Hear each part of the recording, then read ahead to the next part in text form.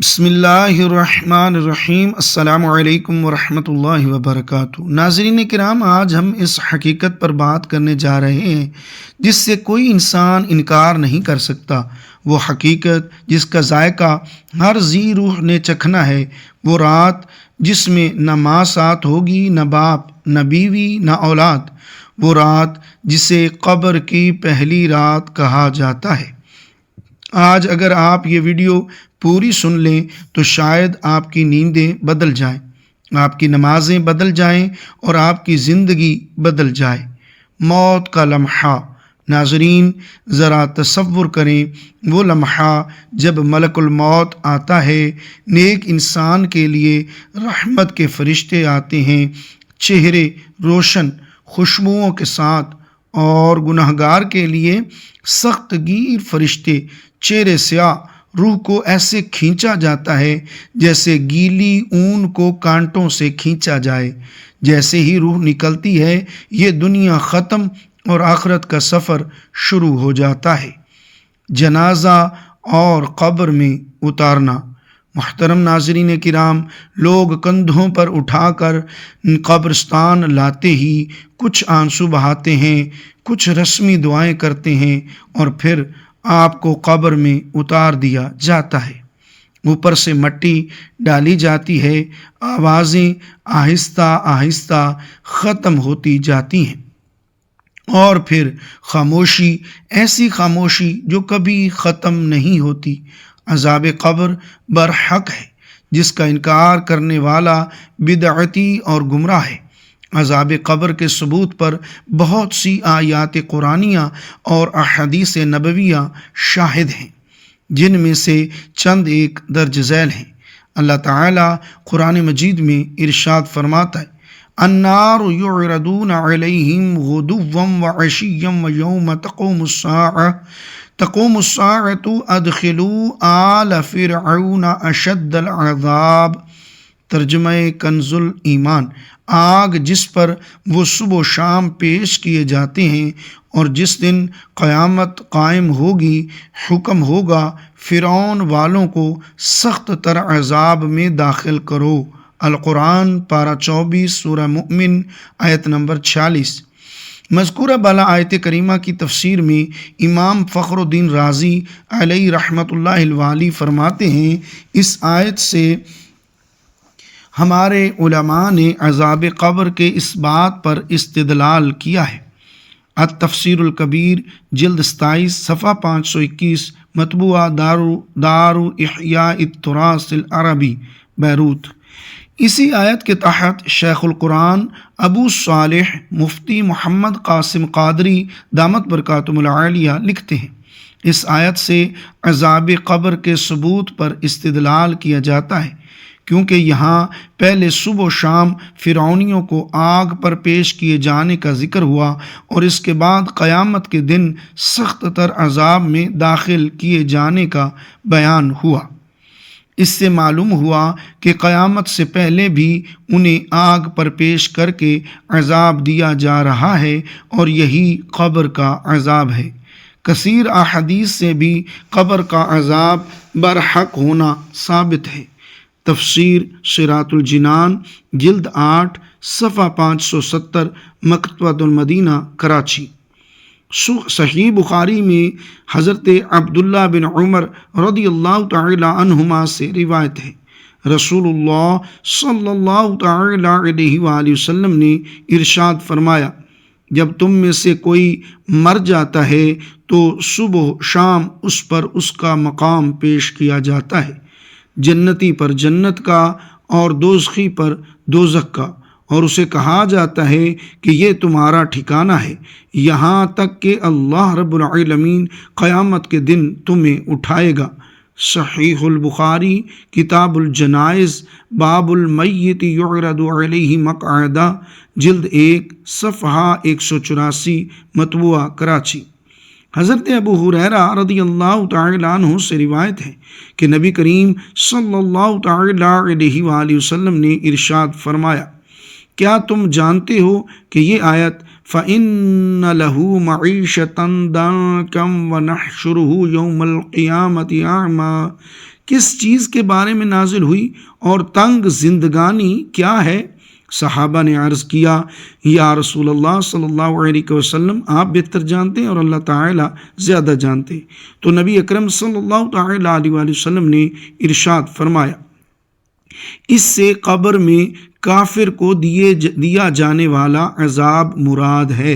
صحیح ابن حبان کتاب الجنائز فصل فی احوال المیت، حدیث نمبر 3119، جلد 7، صفحہ 388، مؤسسہ رسالہ بیروت۔ صحیح بخاری، صحیح مسلم، سنن ابی داود، سنن ابن ماجہ، سنن نسائی، سنن الکبریٰ، صحیح ابن خزیمہ، صحیح ابن حبان، مصنف ابن ابی شیبہ، مصنف عبد الرزاق، مسند ابی عوانہ، مسند احمد، مسند اسحاق، مسند ابی یعلا وغیرہ ہم میں ہے کہ نبی کریم صلی اللہ تعالیٰ علیہ وسلم 2 قبروں کے پاس سے گزرے تو فرمایا ان دونوں شخصوں کو عذاب دیا جا رہا ہے اور کسی دشوار بات پر عذاب نہیں ہو رہا۔ ان میں سے ایک تو پیشاب سے نہیں بچتا تھا اور دوسرا چغلی کیا کرتا تھا۔ پھر ایک تر شاخ کو لے کر اس کو آدھا آدھا کر کے دونوں قبروں پر ایک ایک کو لگا دیا اور فرمایا جب تک یہ ٹکڑے خشک نہ ہوں گے ان دونوں شخصوں سے عذاب میں کمی کی جائے گی۔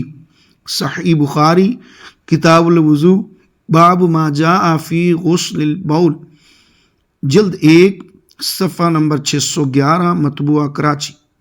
حضرت عائشہ صدیقہ رضی اللہ تعالی عنہ فرماتی ہیں میں نے رسول کریم صلی اللہ تعالی علیہ وسلم سے عذاب قبر کے بارے میں دریافت کیا تو آپ صلی اللہ تعالی علیہ وسلم نے ارشاد فرمایا نعم عذاب القبر حق، ہاں عذاب قبر حق ہے۔ سنن نسائی کتاب الصحف رقم حدیث 1308، جلد 3، صفحہ 56، مکتبۃ المطبوعات الاسلامیہ حلب۔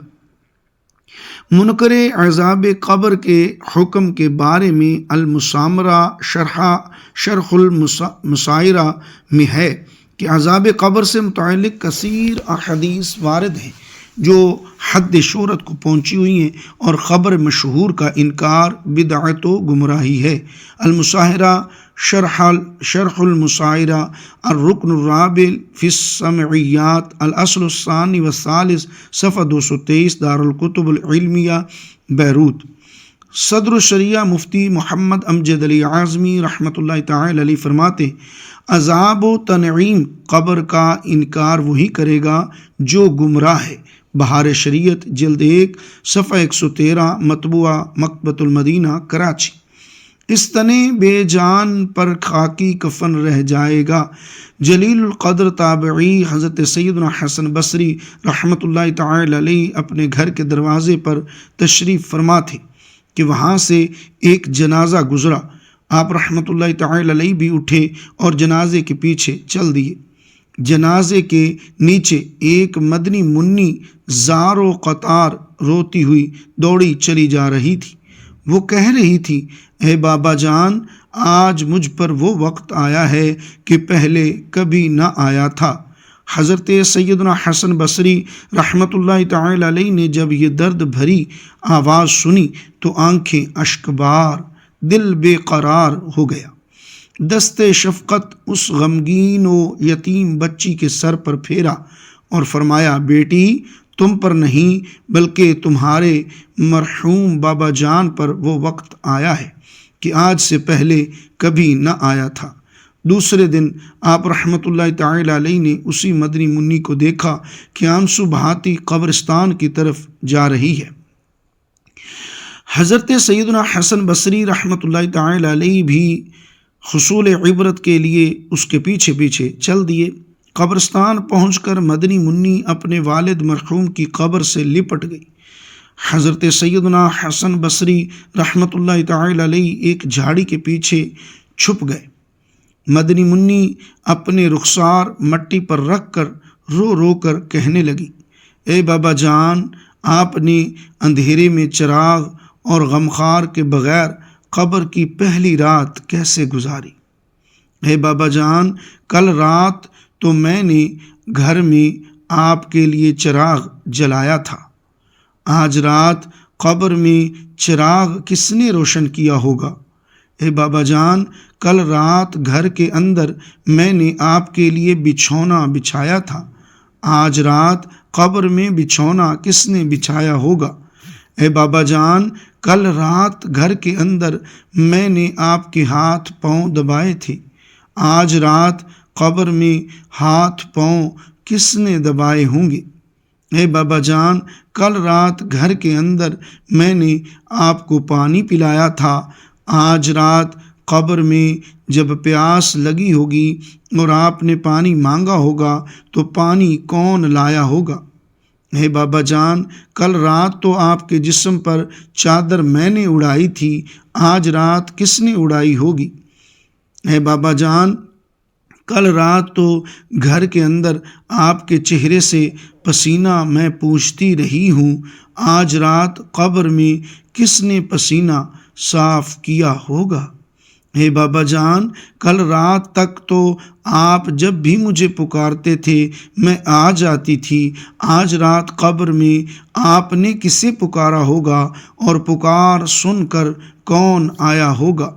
اے بابا جان، کل رات جب آپ کو بھوک لگی تھی تو میں نے کھانا پیش کیا تھا۔ آج رات جب قبر میں بھوک لگی ہوگی تو کھانا کس نے دیا ہوگا؟ اے بابا جان، کل رات تک تو میں آپ کے لیے طرح طرح کے کھانے پکاتی رہی ہوں۔ آج قبر کی پہلی رات کس نے پکایا ہوگا؟ حضرت سیدنا حسن بصری رحمۃ اللہ تعالی علیہ قبر کی غم کی ماری اور دکھیاری مدنی منی کی یہ درد بھری باتیں سن کر رو پڑے اور قبر قریب آ کر فرمایا، اے بیٹی، اس طرح نہیں بلکہ یوں کہو، اے بابا جان، دفن کرتے وقت آپ کا چہرہ قبلہ رخ کیا گیا تھا، آیا آپ بھی اسی حالت پر ہیں یا چہرہ دوسری طرف پھیر دیا گیا ہے؟ اے بابا جان، آپ کو صاف ستھرا کفن پہنا کر دفنایا گیا تھا، کیا اب بھی وہ صاف ستھرا ہی ہے؟ اے بابا جان، آپ کو قبر میں صحیح و سالم بدن کے ساتھ رکھا گیا تھا، آیا اب بھی جسم سلامت ہے یا اسے کیڑوں نے کھا لیا ہے؟ اے بابا جان، علماء فرماتے ہیں کہ قبر کی پہلی رات بندے سے ایمان کے بارے میں سوال کیا جائے گا تو کوئی جواب دے گا اور کوئی مایوس رہے گا۔ تو آپ نے اس سوال کا درست جواب دے دیا ہے یا ناکام رہے ہیں؟ اے بابا جان، علماء فرماتے ہیں کہ بعض مردوں پر قبر کشادگی کرتی ہے اور بعض پر تنگی، تو آپ پر قبر نے تنگی کی ہے یا کشادگی؟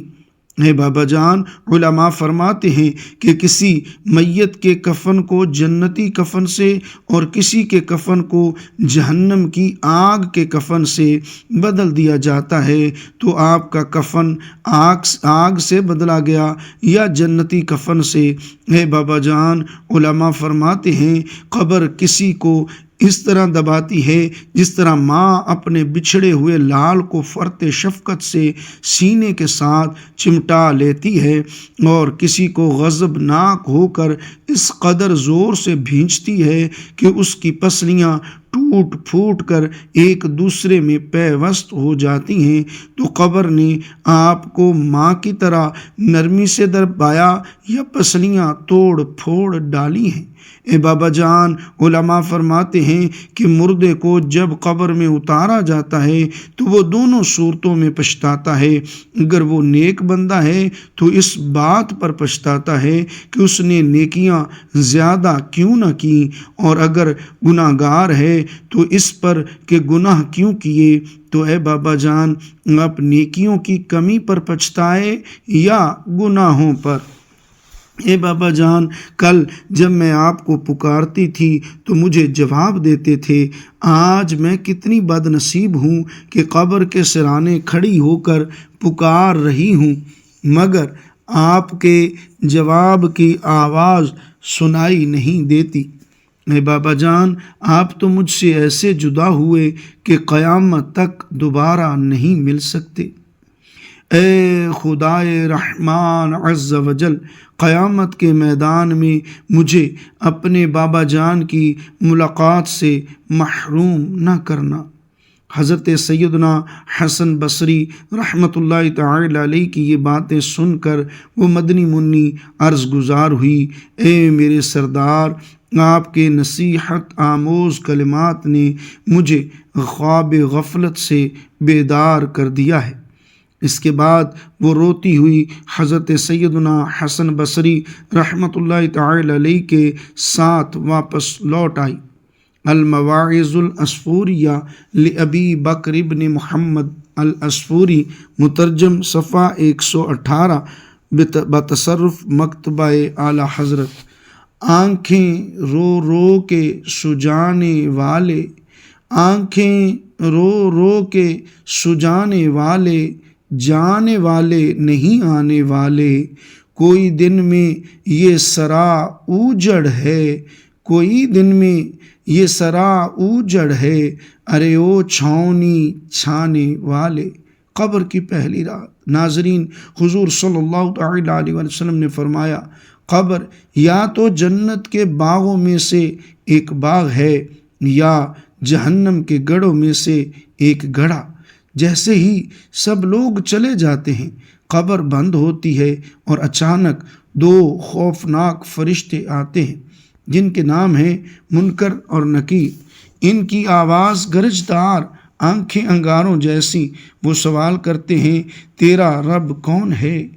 تیرا دین کیا ہے؟ یہ شخص کون ہے جو تم میں بھیجا گیا؟